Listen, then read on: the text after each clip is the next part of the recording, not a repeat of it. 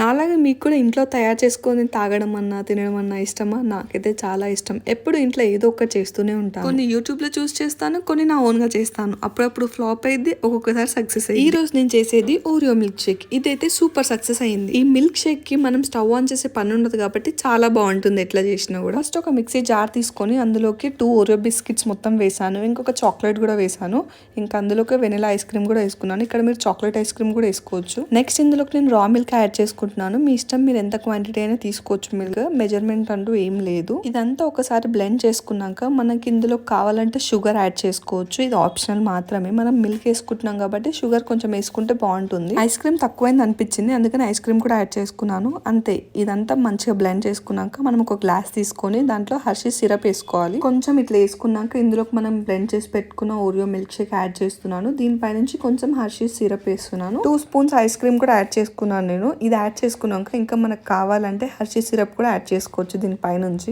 Last లో కొంచెం chocolate పైనుంచి వేసుకున్నాను అనుకో, సూపర్ ఉంటుంది మిల్క్ షేక్. ఒక్కసారి మీరు ట్రై చేసి చూడండి, నాకైతే చాలా నచ్చింది. అండ్ మీరు ట్రై చేస్తే మీకు ఎలా అనిపించిందో కూడా కింద కామెంట్ సెక్షన్ లో కామెంట్ చేసేయండి. And don't forget to subscribe. Bye guys.